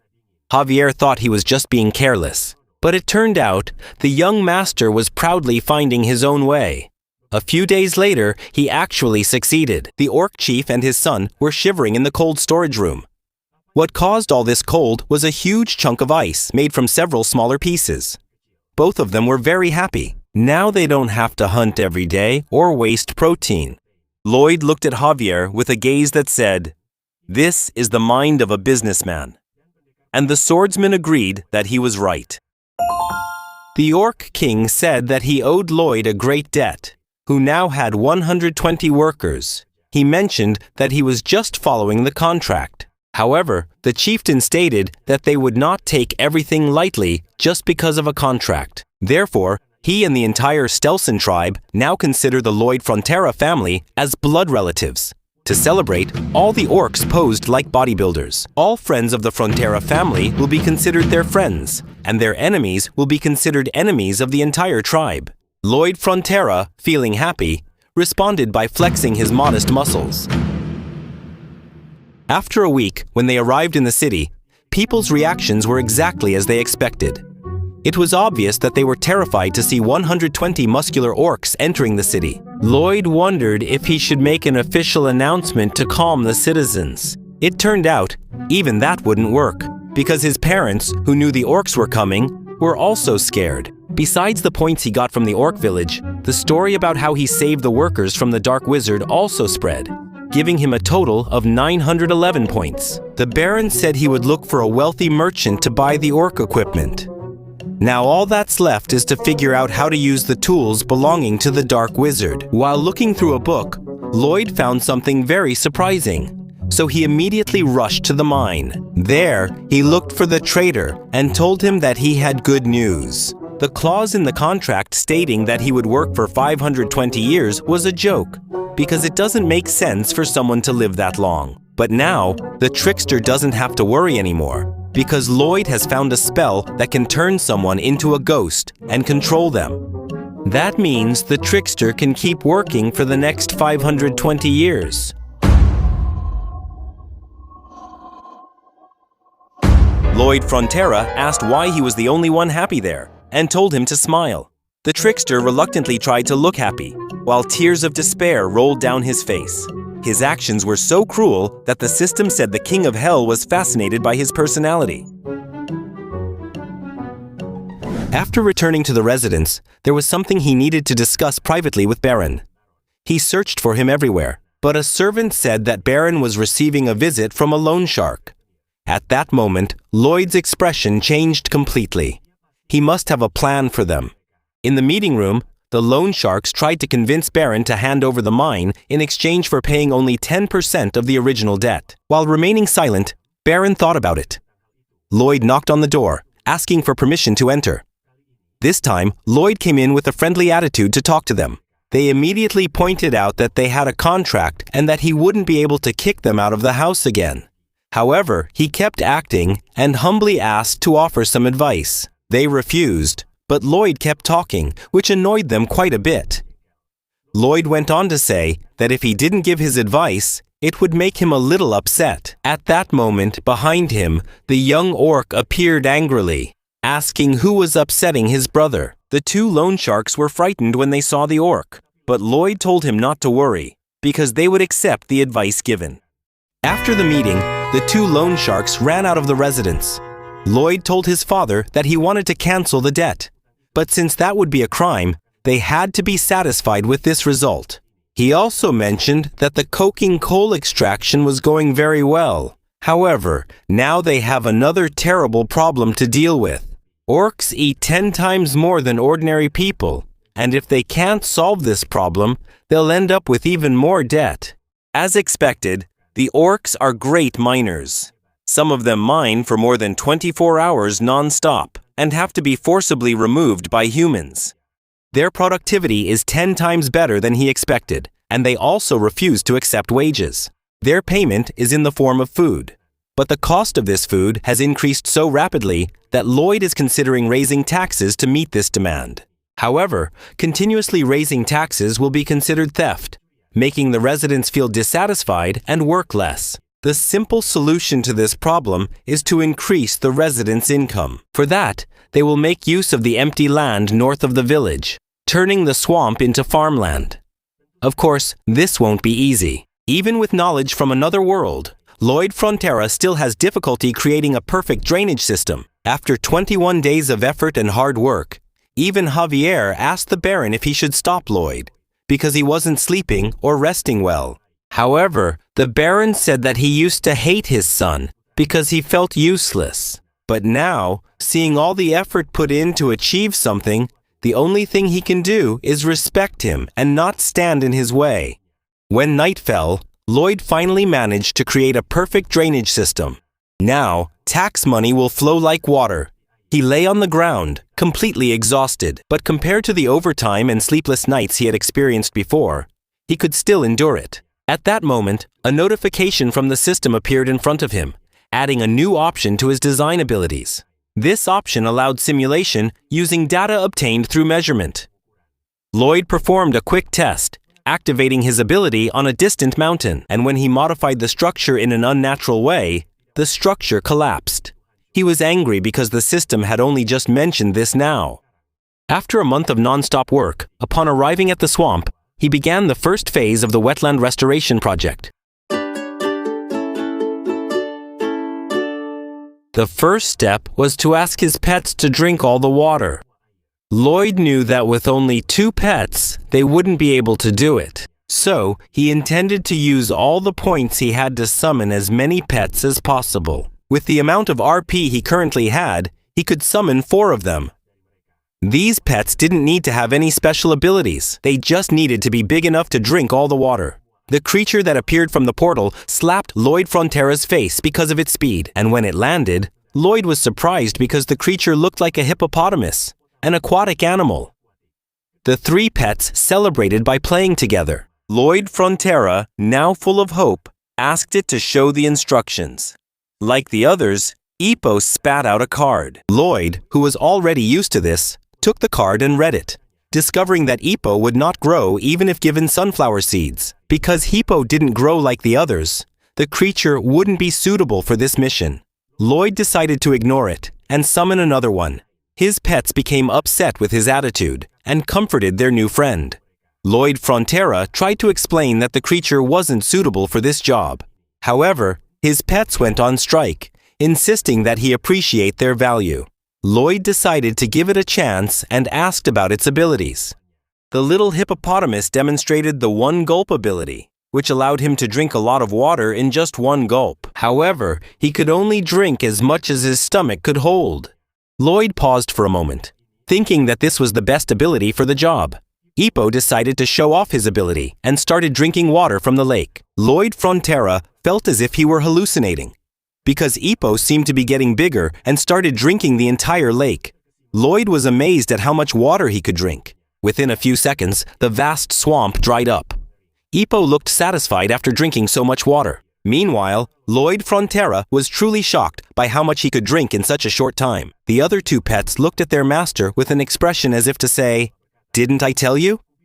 Meanwhile, Lloyd asked the system if this was really random, because he always got the magical creature he needed. However, The system only answered vaguely and said that he was lucky. Ippo asked if he could keep drinking more. The reborn architect told him to drink until he couldn't anymore, because work on the Matrix site would begin tomorrow. The next day, the workers were amazed by Ippo's size. He became part of the first process, drinking as much water as possible and spitting it into the river. This process was repeated several times until everything was dry. After that, the workers removed the grass roots and leftover plants from the ground. Using mana explosions, holes were made. Bamboo was placed while Padong compacted the soil to draw water from the deepest parts of the ground. Hippo used the bamboo as a straw. Only after all of this, using simulation abilities, did they build a dam. With all the processes completed, they had just finished the first sector. Lloyd exclaimed that after they finished, they would hold a big celebration. All the workers cheered happily. After a few days, even Jafier was impressed to see that they had managed to turn the abandoned land into fertile ground. However, He also wondered when a swordsman started working in construction so naturally. Lloyd came over, calling out to him, asking Jaffir to spread seeds along the way to drive away some insects. The great swordsman had now become a farmer. At another time, he would definitely have refused the request from the young master. At that moment, the Baron and Baroness arrived, witnessing the extraordinary scene, and everyone must have thought the same thing. What they witnessed was a miracle. The villagers began to show respect to Lloyd Frontera, which earned him more RP. Jaffir also felt happy taking care of his plants. He watered them as if they were his own daughters. Lloyd said the only thing left to finish everything was the water wheel, a tool to prevent the swamp from flooding again. They began to hear the sound of approaching horse hooves. An entire cavalry unit was heading their way. Lloyd asked who that person was. Jaffir replied that it was Viscount Lacona, who owned the northern part of the swamp. Upon arriving there, Lloyd Frontera introduced himself as the person in charge of the construction. One of the subordinates on horseback said that this was the Viscount's land, and they had to leave immediately. Rawamara was a place that no one had visited for hundreds of years. The northern part of this area is managed by Viscount Lacona, while the southern part is managed by the Frontera family. however, It's clear that they, Viscount Lacona, arrived and claimed rights to this land without any effort, trying to seize this fertile land from the very beginning. It's only natural that they're insistent on taking over, since part of this swamp does belong to them. That's been clear up until now. Lloyd then asked the Viscount if he was really saying that his land had been seized. The man on horseback tried to speak, but Lloyd Frontera cut him off, saying that this conversation was between nobles. The man became angry. While the farmers were confused by their young master's actions, Lloyd introduced himself as the eldest son of the Frontera family. The Viscount commented that Lloyd's attitude was inappropriate and asked to summon Baron Frontera. however, Lloyd pretended not to hear and scratched his ear. When asked, Lloyd said that the only sound he heard was the buzzing of a dirty fly. The Viscount looked for the fly, but his guard explained that Lloyd was referring to him. Lloyd then began to talk about the Royal Land Act, Law number 321, the special law on barren land management. If barren land is left neglected for a long time, ownership of the land can be determined. If the land is not claimed and is left unattended for 100 years without any habitation or cultivation, the land is considered ownerless. To be recognized as property, the land must meet one of 4 conditions, and one of them is producing a harvest from at least one specific type of crop. At that moment, Jaffir remembered his conversation with Lloyd some time ago, where Lloyd mentioned that the seeds being planted were meant to get rid of pests on the land. Lloyd Frontera then congratulated the Viscount on the opportunity to witness the first harvest in Rawamara's history, making the Viscount realize that Lloyd had prepared everything. The Viscount felt deceived. Politely, Lloyd gave the harvested cabbage as a gift to the Viscount and ordered the cavalry to leave his territory, or they would be considered intruders. After seeing them leave in disappointment, Jaffir asked if Lloyd had been told in a prophecy that this person would come. Actually, this wasn't the first time Lloyd Frontera had dealt with someone trying to take advantage of other people's efforts. All the farmers felt satisfied and celebrated the young master's success in restoring their land. however, Lloyd maintained his cold demeanor, thinking only about money, and ordered everyone to get back to work. Late at night, Lloyd Frontera sat watching his crops that had been battered by a big storm. Summer was over, and autumn brought rain. Even though he had used the simulation hundreds of times, Lloyd couldn't let his guard down and kept watching until the end. In the morning, the rain had eased. So had his worries. Thanks to his great discovery, the land didn't turn back into a swamp, and he even earned achievement points from the system. Now that the first thing was done, he would move on to the next step. Meanwhile, in Viscount Lacona's territory, he might be feeling angry about this situation. If the cultivation continues for 2 years, the land will officially belong to the Frontera family. That swamp will become a gold mine. Even his stomach hurt from having to let go of that valuable land. He couldn't let this fertile land fall into someone else's hands, and he ordered his executive to summon the supervisor of the dye workshop. A few days later, Lloyd woke up in his bed with a severe headache. Maybe it was because the long sleepless days finally caught up with him. Even so, he couldn't just stay in bed. There was still so much to do. The problem arose when Jaffier also woke up in a strange condition. He was experiencing the same headache. This made Lloyd Frontera realize that this was no coincidence, but something deliberately done by someone. Not only Lloyd and Jaffier were affected. The housemaid, Emily, Mr. Alop, the boy in charge of watching the cows, and even the cow itself were also affected. In short, the entire village population, both humans and animals, were affected by this. Animals with sharper instincts refused to drink the water, convincing Lloyd Frontera that the problem came from the water. Lloyd's greatest weapon in this world is his knowledge. However, after the incident with the ants earlier, he realized that not everything is as it appears on the outside. Anticipating that Viscount Lacona would take action, Lloyd conducted research in his territory. The results showed that the Viscount's main source of income was dyeing technology that used Ladona fruit. The problem is, this fruit can be poisonous to humans. Out of envy and greed, Lacona had undoubtedly poisoned the water in the village. Inside the residence, Baron Frontera was surprised by a proposal. Viscount Lacona's subordinates demanded half of the wetlands, promising they would stop dumping dye waste into the water. Lloyd Frontera's father called this extortion, but clearly that was the plan all along. Even if it was taken to court, it would take at least 2 years to get a decision. Combined with high legal fees and the cost of new clean water, it would become very expensive. At that moment, Lloyd entered the room and told his father that their parasitic neighbor were polluting the water. He shut the door on the Viscount's subordinate, who quickly protested at the insult to his master. With a sharp gaze, Lloyd cynically said that he didn't know trash parasites could understand humans. Feeling insulted, the knight couldn't hold back his anger, drew his sword, and challenged Lloyd to a duel. Not long after, we see the same scene again, where Lloyd defeats someone who has already surrendered. After that person cried and begged for mercy, Lloyd pretended to be satisfied only to hit him again a moment later. The Baron warned his son that the duel was over. However, his facial expression showed that he was quite pleased with what Lloyd had done. After being beaten, the subordinate returned to his master, who immediately called him trash for being defeated by the Baron's son, who was considered incompetent. However, on second thought, the subordinate had actually done a good job, because Frontera could only take this case to court, and they could use this public defeat to delay the process for 3 to 4 years. At least, that's what Lloyd imagined the other Viscounts would say.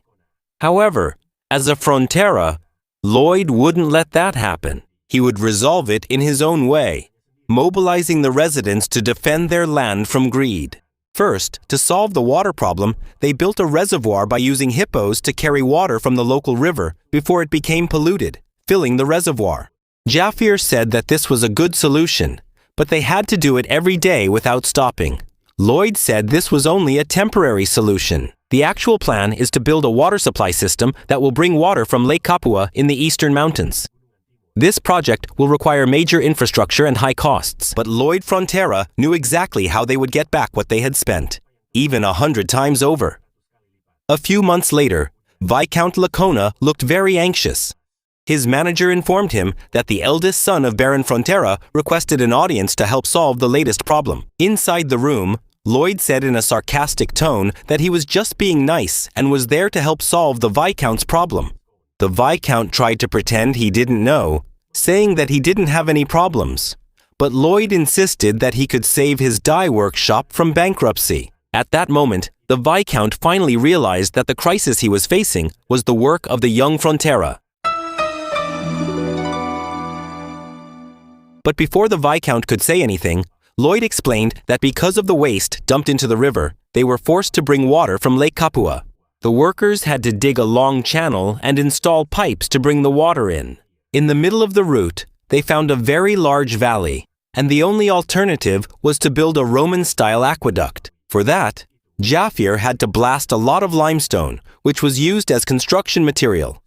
Some of the limestone accidentally fell into the river. Anxiously, the Viscount asked, "What does all this have to do with my dye workshop?" Lloyd then explained that the water flowing into his workshop was full of limestone, which caused their clothes to change color to brown. Lacona immediately threatened to take him to court. Lloyd Frontera simply replied that it would take at least 2 years, then asked whether by that time people would still remember their products.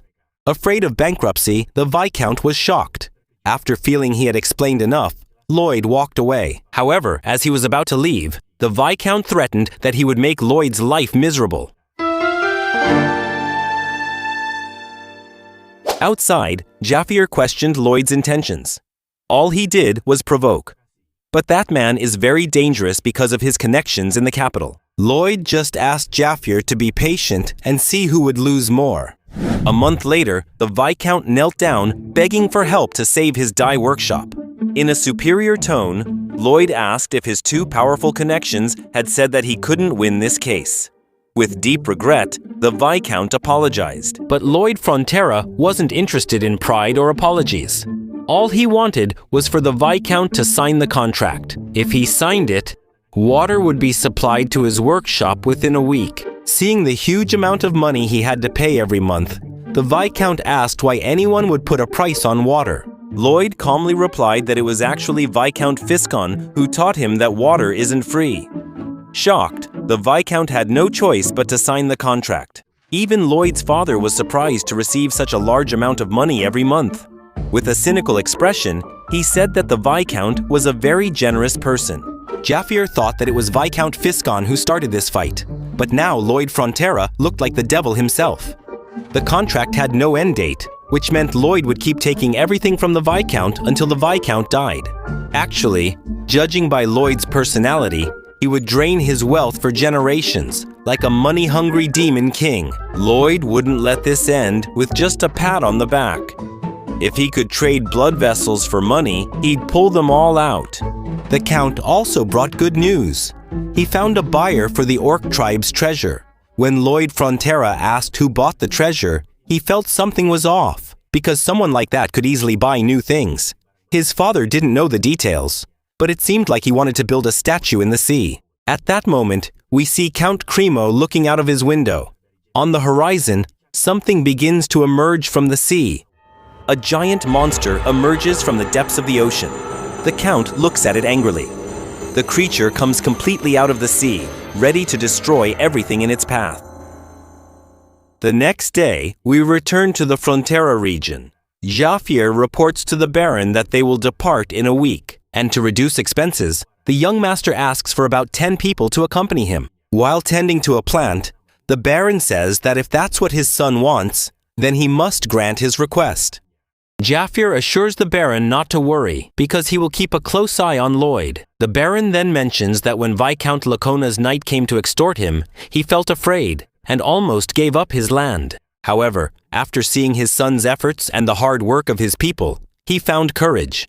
The Baron admits that he has always felt like a hesitant and incompetent lord, but Jaffier disagrees. According to Jaffier, the Baron is actually the opposite of that. He is a friendly and kind person, more than any other noble. Although he appreciates his subordinates' words, the Baron still feels that being a good leader is not just about kindness. A leader must have firm principles and the courage to act, like Lloyd.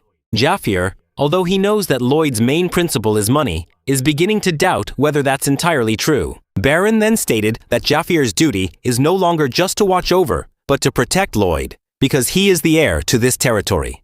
Jaffier accepted the task, but even though Lloyd had miraculously revived the family's fortune, he felt he could never like Lloyd. In the past, the Baron once saved Jaffier and asked him what he wanted to do when he grew up. Young Jaffier answered that he wanted to become a knight to protect the Baron because he managed to survive alone during the winter. The Baron believed that Jaffier would become a great knight, and on that day, the Baron made a wooden sword as a gift. However, young Lloyd mocked him, asking how an orphan could become a knight, and broke the sword that his father had carved. Jaffier returned to his room, took off his cloak, and looked at the broken wooden sword that he had kept for years. He was sure that he could never like Lloyd. When night came, Lloyd helped Jaffier get to sleep and joked that Jaffier couldn't live without his help. To help him sleep, Lloyd began explaining the compression release method. When Jaffier was almost asleep, he was convinced that he should hate Lloyd, but Lloyd seemed like a completely different person. Although it was hard to admit, Lloyd had become a decent person. In the middle of the night, while both of them were fast asleep, an assassin sneaked into Lloyd's room with the intention of killing him. The assassin slipped in through the window, ready to stab Lloyd, but Jaffier quickly woke up and attacked the assassin.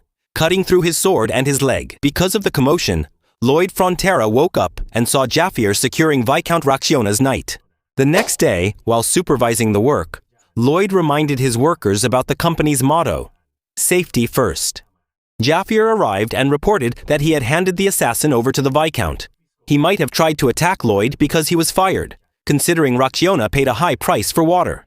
Lloyd Frontera said that made sense, since knights are indeed paid well. But in the end, he was only defeated by his own brother. Seeing that Lloyd had already anticipated this would happen, Jaffier asked why he didn't take any precautions. Lloyd looked confused, asking why he should take precautions if Jaffier was his bodyguard. Thanks to Jaffier, Lloyd could move freely. Come to think of it, it should have been impossible for a 5-year-old child who lost his village due to a monster attack to survive the winter. But Jaffier managed to do it, and even became a knight. Is there anyone more reliable than him as a bodyguard? Hearing the sincere words from Lloyd Frontera, Jaffier slowly began to let go of his old grudge. He hated to admit it, but Lloyd truly is a worthy person. Since the pipe installation work will be finished tomorrow, they can finally get ready to go with Jaffier to Cremo to make a lot of money. On the journey, Lloyd Frontera fell asleep on Jaffier's back, which annoyed Jaffier so much that he elbowed Lloyd's face. Lloyd woke up and asked if he really had just been hit. Lloyd then decided to get down and asked Jaffier to teach him how to ride a horse. Jaffier coldly replied that he was a knight, not a teacher.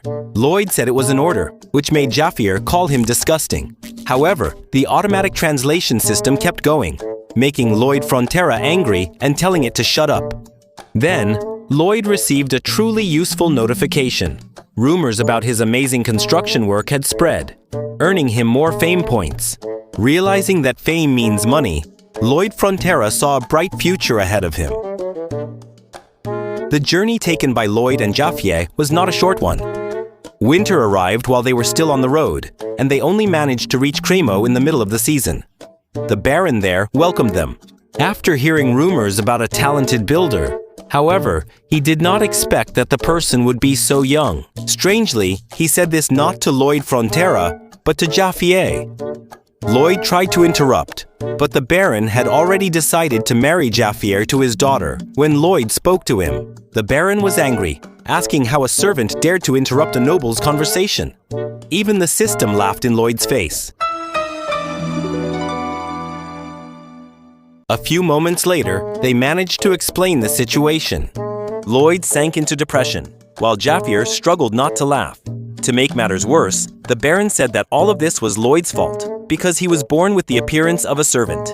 The man before them was the Lord of Cremo, a major and important trading city, and also one of the key characters in the novel's story. In the story, Count Cremo saved Jaffier when he was on the run after being accused of being a criminal. Count Cremo wanted to buy Orc's jewelry to decorate a statue that he would place above the sea. However, his business declined because a few years ago a monster appeared on the coast, Giga Titan. Even though the monster never attacked, its presence remained a source of fear. Lloyd remembered reading about this in a novel. Because people in this era had no way to attack at sea, Cremo continued to decline until it fell into crisis. The Baron hoped Jaffier could help, but the job was finished before a solution was found. The Baron researched ways to scare the creature and discovered that the Giga Titan was afraid of mermaids, its natural predator. So he wanted to build a giant mermaid statue in the middle of the sea. But that idea was abandoned because the seabed would have to be raised to build the statue, which would block the shipping lanes. Lloyd Frontera saw this as an opportunity and said that he would build the support for the statue. By combining friction piles and caissons, it might be possible to build a column to place the statue on. Together with Jaffier, he took a boat to the place where they wanted to put the structure, then dove into the cold water. With his skills, he saw the flat seabed that would make the construction process easier. However, He couldn't stay underwater for long because his face started to freeze. Jaffier looked happy to see Lloyd shivering from the cold, then apologized, saying that this was the first time he felt happy seeing someone suffer. Jaffier was also curious about how Lloyd would build something from the seabed to the surface. For this, he would need magic. Lloyd replied that the only magic he needed was cement magic. however, The question is, how did he create cement in this world? Back on the deck, Jaffier sarcastically told Lloyd to be more careful in the future. Lloyd responded that his sarcasm had reached the level of a sword expert, calling him an expert in irony. As he looked back, a young blonde woman approached them and asked if he was Mr. Lloyd. Seeing the love letter in her hand, Lloyd Frontera blushed shyly.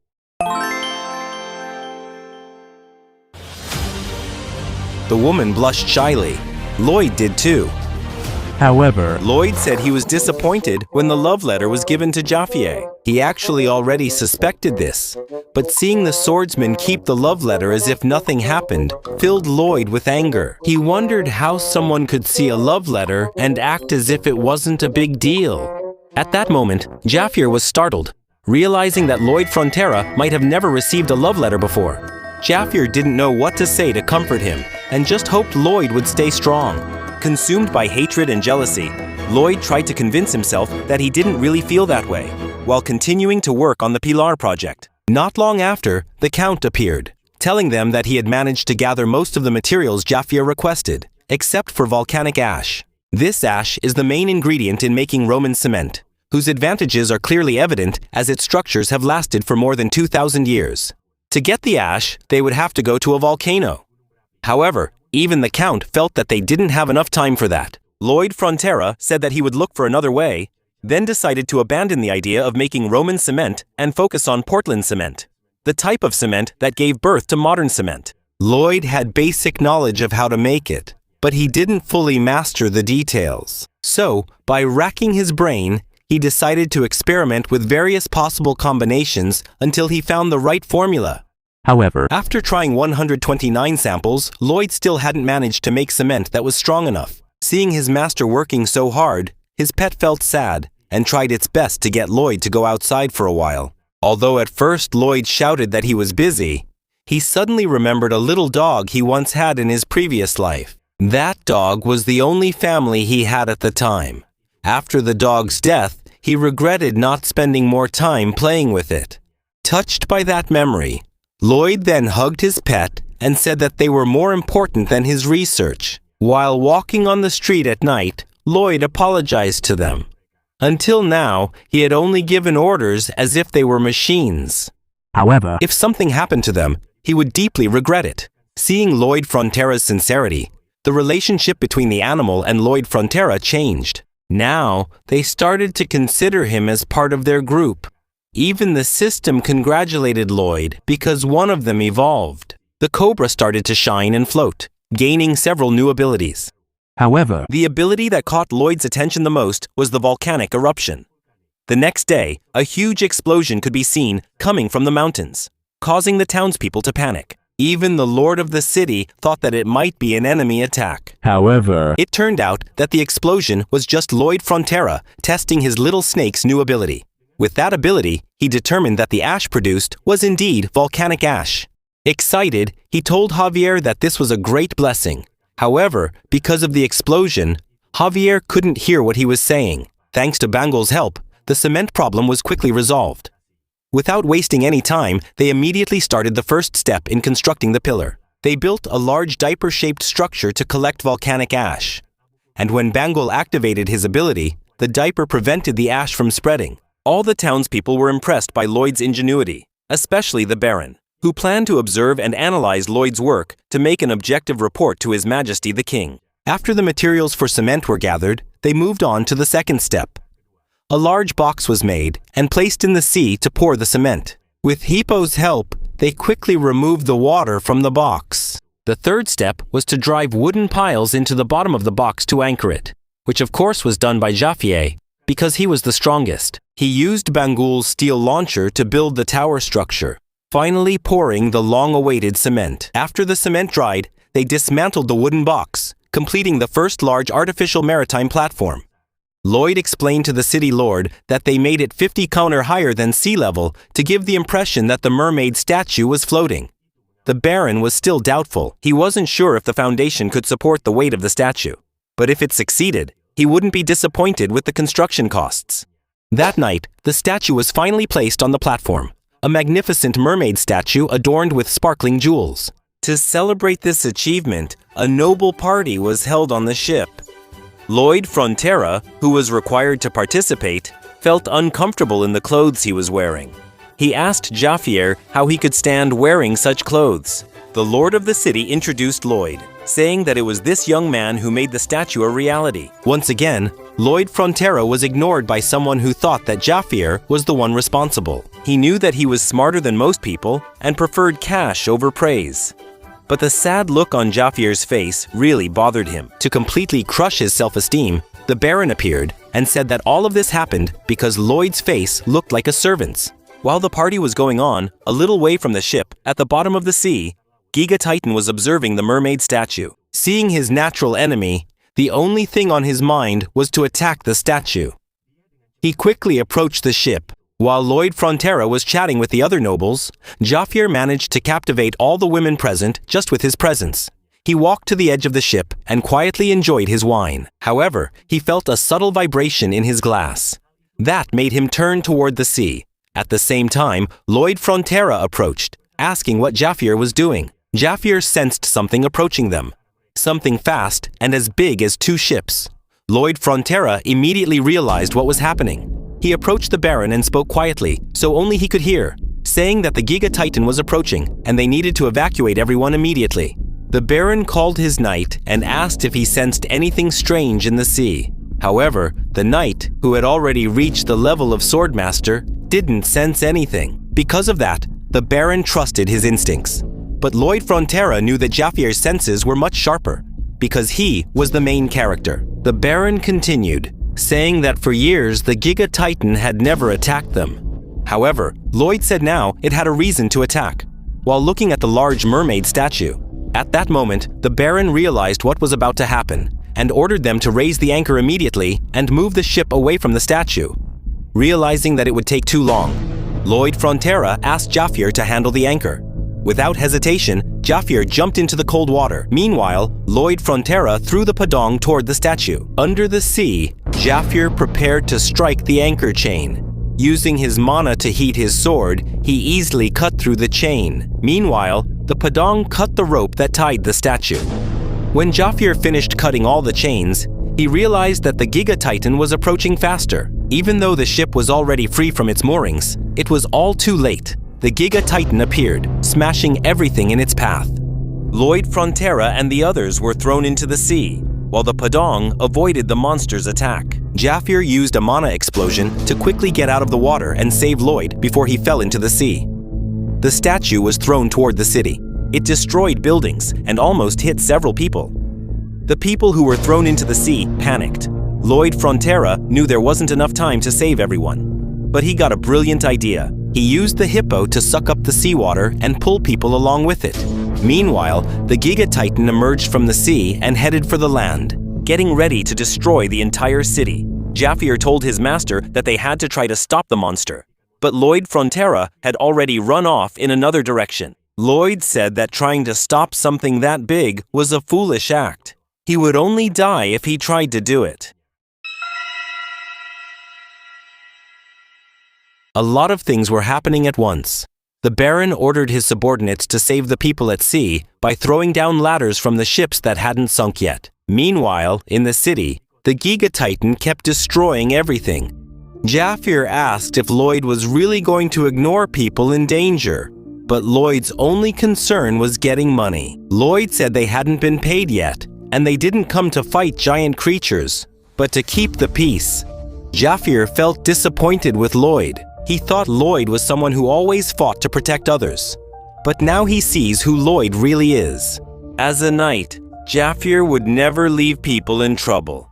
Lloyd tried to warn him that if Jafier tried to fight the creature, he would die. But Jafier didn't listen and kept moving toward the monster. Using his sword and mana explosion, he quickly approached the shore. The soldiers fired cannons at the Giga Titan, but the shells just bounced off the creature's armored layer.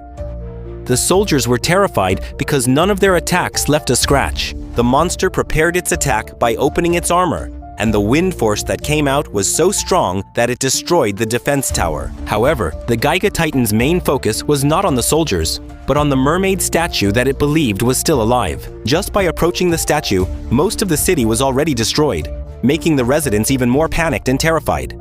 A man who fell to the ground was almost trampled by the Giga Titan, but Javier appeared just in time to save him. Javier attacked the monster directly at one of its joints. However, even though he used a mana blast, his attack had no effect and only made the Titan even angrier. Javier managed to dodge the attack, but the creature took advantage of its position in the air and fired a blast. Even though he tried to protect himself, Javier was hit directly. With just one attack, Javier was already seriously injured.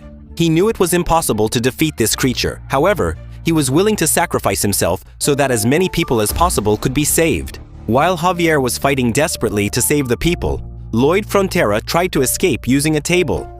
Not because he was too strong or had any special abilities. All his abilities were only related to construction. It didn't mean Lloyd didn't feel sad seeing people hurt and the city destroyed, but he felt there was nothing he could do. However, when he said that, something crossed his mind. He realized that he had to return immediately because the Baron hadn't paid the commission for his construction department yet. While Lloyd was rushing toward the city, Javier kept fighting alongside Giga against the Giga Titan, dodging attack after attack. He thought, even though this monster was incredible, it was still basically an animal, and maybe its weak point was its eyes. However, even when he attacked its eyes directly with a mana blast, his attack still had no effect. When there was nothing else he could do, Javier was struck by one of the creature's antennae, but then Hippo appeared just in time to save him. Hippo released all the water and returned to Lloyd Frontera's head. Lloyd was furious because the giant lobster dared to disturb his signature flow. Javier took advantage of the opening created by his master to attack the monster. However, once again, his attack just bounced off the creature's armor. Fear began to creep in because he felt he couldn't break through the monster's defenses. At first, he thought he could win, but now he knew it was impossible. Even though the situation was unfavorable, Javier remained calm because his master had returned. There was a chance to win. 2 minutes earlier, Lloyd Frontera used the Padong to move through the city. From a distance, he observed while searching for the monster's weak point, utilizing his ability to understand the composition of matter. The creature's armor was 1 meter thick, made from a mixture of dentin and quentina, with a tightly interwoven 3-layer honeycomb molecular structure. When Javier attacked, all the impact energy was transferred to the monster's horn, then released into the air. Inside the monster's body, there was a sac that powered its hydraulic claws. If they could destroy the beak and hit the sac with blessed mana, the creature would surely die. Javier asked what he should do. Lloyd signaled to cut the horn with a hand gesture, but Javier didn't understand and asked if Lloyd was crazy. Lloyd Frontera finally shouted, explaining that Javier had to cut the monster's horn. Javier didn't fully understand what he meant, but instead of just smashing, he used a mana circle like a chainsaw to cut. Lloyd Frontera felt satisfied, knowing that his theory was indeed correct. This time, Javier's attack seemed to really hurt the monster. When the monster was about to kill him, Lloyd used Padong to protect Javier. Finally, Javier managed to cut the monster's horn, making the creature scream in pain. However, What fell to the ground was not a part of the monster's body, but Javier's own sword, which greatly shocked Lloyd Frontera. Even though he knew he would be crushed by the Giga Titan, Javier still stayed underneath it to attack. He was willing to sacrifice himself to defeat the creature. however, At the last second, Padong saved him. The hamster scolded Javier, who, although he didn't fully understand what it was saying, knew that he was probably being reprimanded for his reckless actions. After carefully analyzing Giga Titan, the only option left to defeat it was a combination of Plan A and D. To do this, Lloyd first called Padong and asked him to take him to the previously planned location. Lloyd warned that the creature now considered Javier a threat, so he asked Javier to lure the monster into the forest. Lloyd Frontera had bought enough time. They should have finished the preparations. So the only thing left to do is to trust the Count. 15 minutes earlier, the Baron was shocked to see his city destroyed by the monster. His knight apologized for not detecting it sooner. however, The Count said that the fault was actually his. He was wrong to think that they could drive the creature away with just a statue. At that moment, Lloyd Frontera stated that the statue had indeed driven it away. The monster came only to destroy it, and he suggested taking advantage of that obsession. He would buy as much time as possible so the Count could prepare something. Javier kept dodging the creature's attacks, but even he was starting to reach his limit. however, He kept luring the creature relentlessly into the forest. Giga Titan remained an unstoppable force, destroying everything in its path. And Javier could no longer run. He was getting closer to being caught by the creature. Before Javier was caught, Lloyd Frontera shouted, asking for applause for the bronze statue. When Javier looked, Lloyd was carrying the statue. It had now been properly repaired. Seeing its natural enemy, Giga Titan became enraged. Lloyd felt satisfied with the creature's reaction. From the novel he'd read, he knew he could trust the Count to reassemble the statue. The plan was to use the statue to create an opening for Javier to attack. When they got close enough to the monster, Padong took control of the carriage, and they started drawing the Titan toward them. Javier took advantage of the opportunity to attack the creature's weak spot. He hit it with a mana explosion. Even though the attack was powerful and created a huge explosion, all it did was create a crack in the monster's armor. Javier felt sad about his weakness. However, As he fell, he heard Lloyd say to leave the rest to him. When his master spoke with such confidence, he knew he could relax now. Before he touched the ground, Ipo appeared to save Javier. Lloyd shouted that he would protect this city no matter what. Padong had also reached his limit and couldn't ask for more from him. At his signal, Padong threw Lloyd Frontera toward the Giga Titan. Earlier, when Lloyd was on his way to save the city, he thought of several plans to attack the creature. He decided he had to use a mana explosion. The problem was, for that, he needed 3 mana circles, and right now he only had 2. Using the system, he began to develop his technique. However, unfortunately, he didn't have enough points to evolve to the final level. Even though he had decided to stay away from the battle, he wondered what he was doing there. As he was deciding whether he should try to hit the creature using mana, a notification appeared that he had received 5 approval points from Javier. With that, he had what he needed to create the 3rd mana circle. Now feeling confident, he prepared an attack using 1 circle to protect his heart and the other 2 circles to attack. however, The monster finally destroyed a mountain with its claws, and one of the rocks happened to hit Lloyd Frontera's head. Because of the impact, he lost consciousness, not knowing what else to do. He made the 3 circles collide, creating a mana explosion from the 3 circles so powerful that it blew up the entire creature. From the city, people saw a huge cloud of smoke rising. The creature was now completely dead. Lloyd's pet tried to wake up Javier. Slowly, he got up and saw the Giga Titan lying on the ground. He was impressed that he had really succeeded. however, Padong was not happy at all and tried to get Javier's attention. He followed the 3 desperate pets, finding Lloyd a little farther ahead with a bleeding head and lifeless eyes. He approached and listened for a heartbeat. however, Lloyd had no heartbeat. A carrier pigeon flew toward the Frontera residence. There, the Count took the letter and was shocked by its contents. He immediately mounted his horse and set off for Cremo. In the letter he read, Baron Cremo mentioned that his eldest son, Lloyd, had admirably completed all the construction work they needed. However, after the celebration, the city faced a great danger, and at that time, Lloyd and his guards sacrificed themselves to save many lives, leaving Lloyd in an unusual coma. Baron hurried to Cremo, worried about his son's condition. He recalled all the moments he shared with the new Lloyd, who never called him father, only Baron. For a moment, Frontera doubted whether the young man was really his son. But before he could reflect any further, a monster appeared on the road.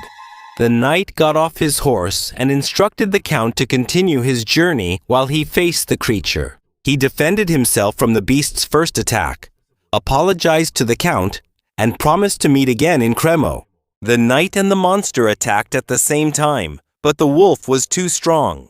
It broke the knight's sword and bit his shoulder.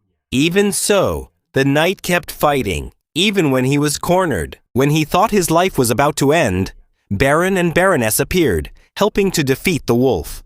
The knight felt ashamed for not being able to handle the creature alone, but Baron reminded him that he was a vassal, and it was his duty to protect his people. Upon arrival, Baroness noticed something worrying. A pack of wolves approaching. Despite being injured, the knight stood his ground against the wolves, while the Baron and Baroness began to lose hope. Then, Jafir arrived, quickly drove away the wolves, and offered to escort them, asking if anyone was hurt. Baron's knight knew that Jaffier had impressive skills, but wondered what made him so strong since arriving in Cremo. The Baroness asked if Lloyd was all right. However, Jaffier couldn't be sure whether he was still alive or not. He explained that after the giant was defeated, Lloyd had no heartbeat. In his panic over losing his new home, Jaffier finally felt relieved when Lloyd's heartbeat returned. Although he was sure that Lloyd's heart had stopped, he still had a pulse and was breathing. When he touched Lloyd's chest, Jaffier felt the triple circle heart spinning at an incredible speed due to the magnetic field it generated. He couldn't determine the condition of his heart. It was only that field that kept him alive. Back in the present, people were trying to rebuild the city. Jaffier explained that the young master was at the Count's house, under the care of a doctor. However, his condition had not improved. Count reflected on their battle against that terrible creature. But Jaffier insisted that he was just Lloyd's sword. It was Lloyd's own strength that managed to defeat the monster. Hearing this, even Lloyd Frontera's own parents couldn't believe that he had that kind of power, until they heard that the other nobles were heading to the Count's house to pay their respects to Lloyd. They admitted that without him, everyone would have frozen to death.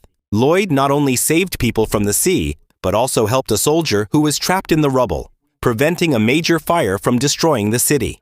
Indeed, the whole city acknowledged that they were saved thanks to Lloyd Frontera, and everyone outside Baron's house paid their respects to him. A man tried to start a fight, blaming Lloyd for the incident because of a statue he made.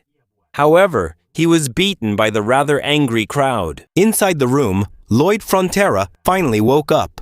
His head hurt, and several system notifications appeared in front of him.